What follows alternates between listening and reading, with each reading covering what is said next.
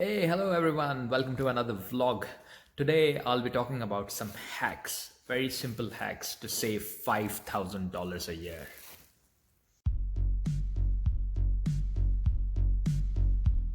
Raise your hands.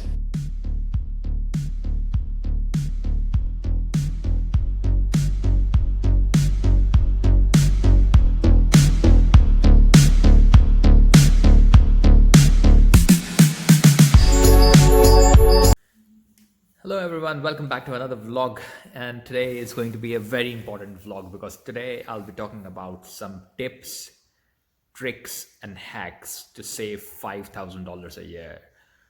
Very simply, not by changing a lot in your lifestyle, just by doing a few adjustments that I recommend you to do, and you'll save $5,000 a year. And this especially will help you out if you're a student or even if you're a professional like me. Like, it always helps to save another additional amount of money. $5,000 is a trip back home or a huge big holiday, or maybe contributing to buying a house or buying a new car and those sort of things. So these things really help you out.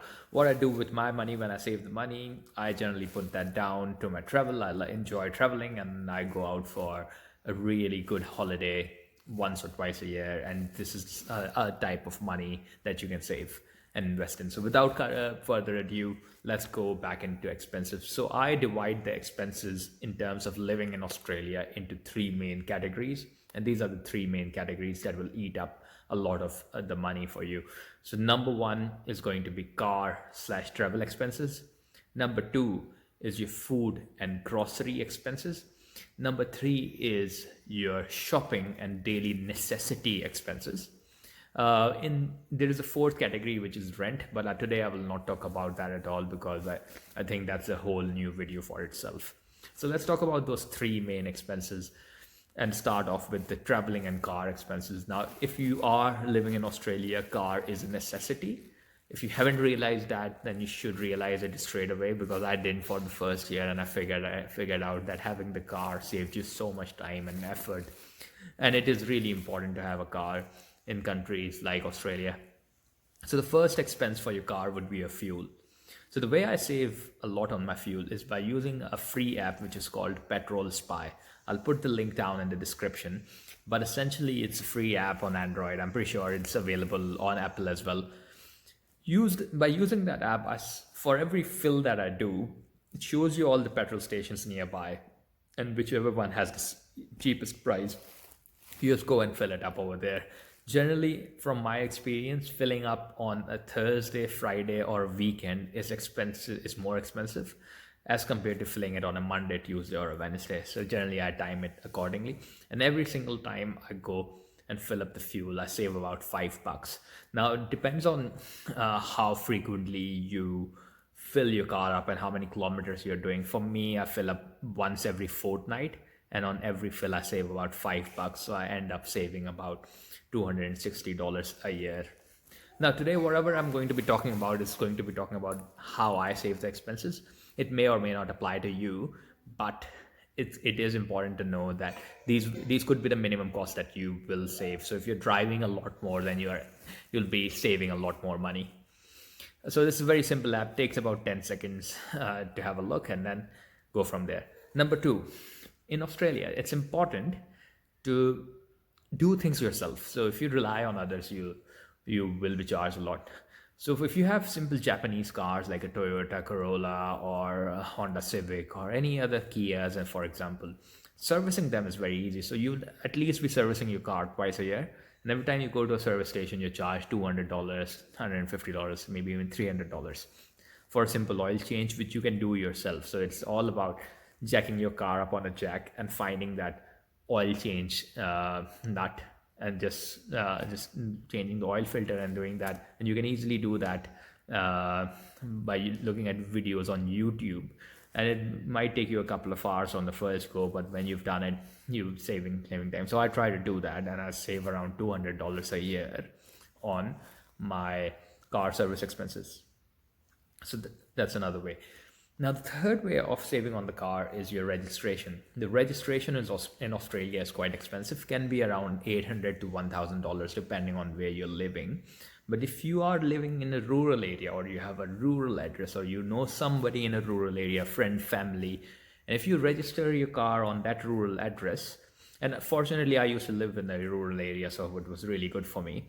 But a lot of people have connections in those rural areas. Then you can save around $200 to $300 a year on your registration costs. So that's number three. So far we've saved about $660. Another way of saving up on the cost, as well as the sustainability thing, is that I try to do as many sessions where I can to do carpool. So, for example, a friend of mine lives nearby my house, so I just tell him, "Look, we are going to work. Should we go together today?" And once a week he picks me up, and once a week I pick him up. So I save once or twice a week. I am saving a trip to work, which is like at least $20 a month, and say about in $20, I'd say about $20 to $30 a month, and say about $240 a year, sort of a thing.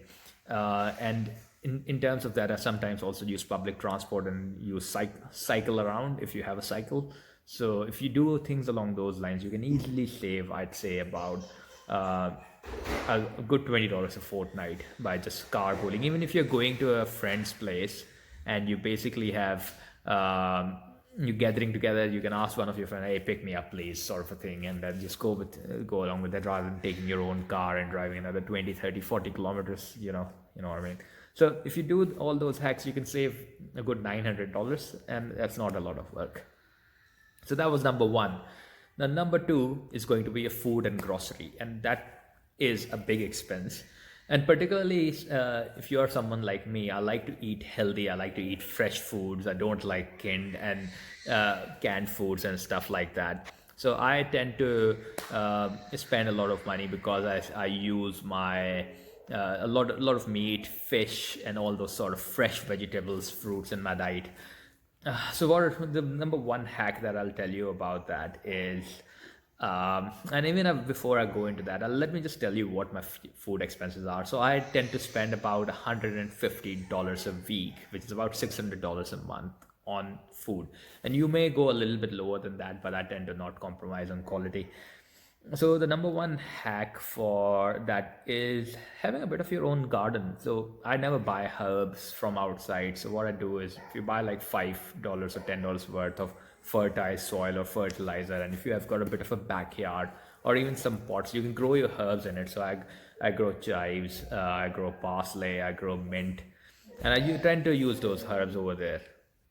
So by not buying those herbs from the grocery store, I easily save around $5 a week. So say around $260 a year. Then the other thing that'll save you a lot of money is using discount coupons. So luckily, I used to live in a house where one of my flatmates was working for Kohl's and Woolworths, sort of a thing. So they have staff discount cards, and because we used to share grocery, I would use his card. And a lot of people have friends and family that work in these stores, and you can always ask them for the discount voucher and that sort of a thing. So easily on grocery for a month, I would say about $50, because you get like easily 5 to 10% discount on those bills. So if you're saving $50 a month, then you're saving about $600 a year on grocery itself, just by using those discount coupons. Now the third thing is eating out. So let me break it down into two things that I do. So I don't eat lunch outside. I see a lot of my friends going to university, going to work, and they end up eating out. Their lunch is basically eating out, and they're easily spending, even if you're having a very cheap lunch, let's say $10 lunch, you five times a week, it's $50 a week that you're spending on lunch. That's about $600 a year that you're spending just eating lunch.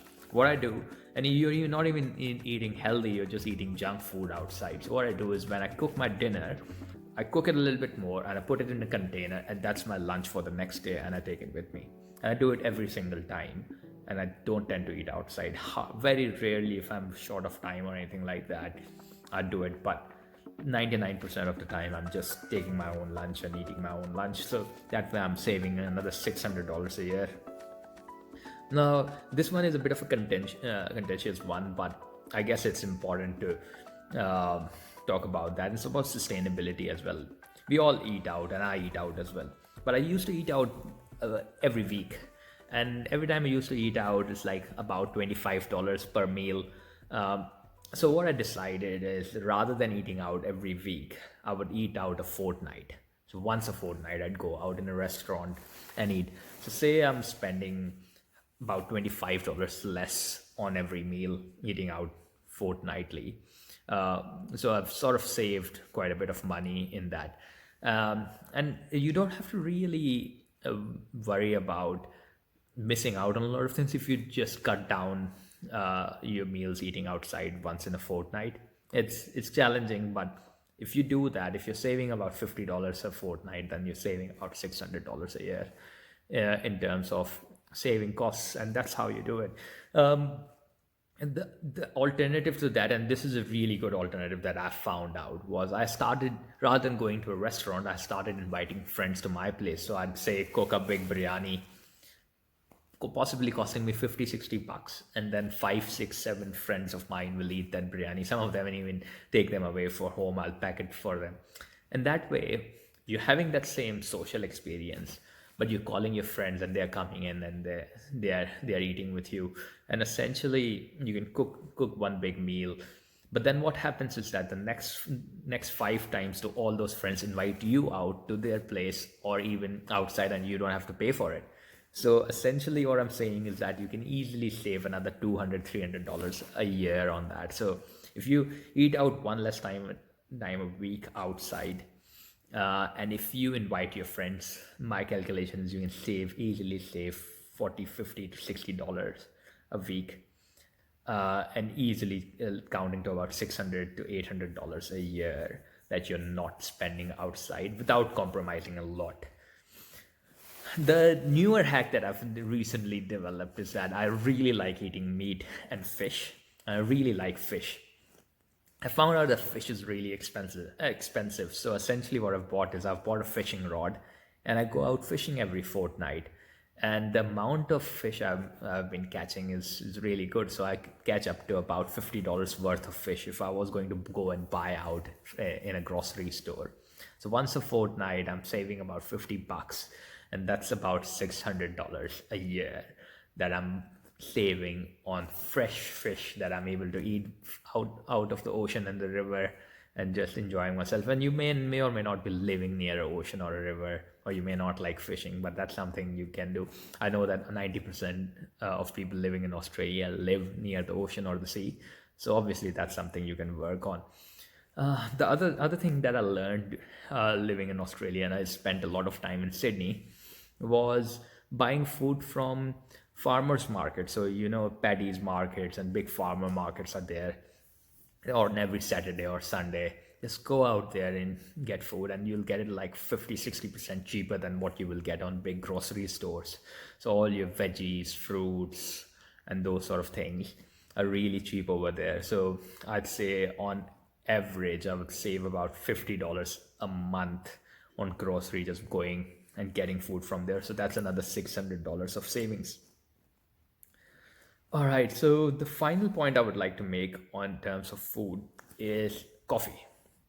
Now, there's a bit of a culture and a trend to drink coffee. So most people that I know at least have 1 to 2 coffees outside when they are at work.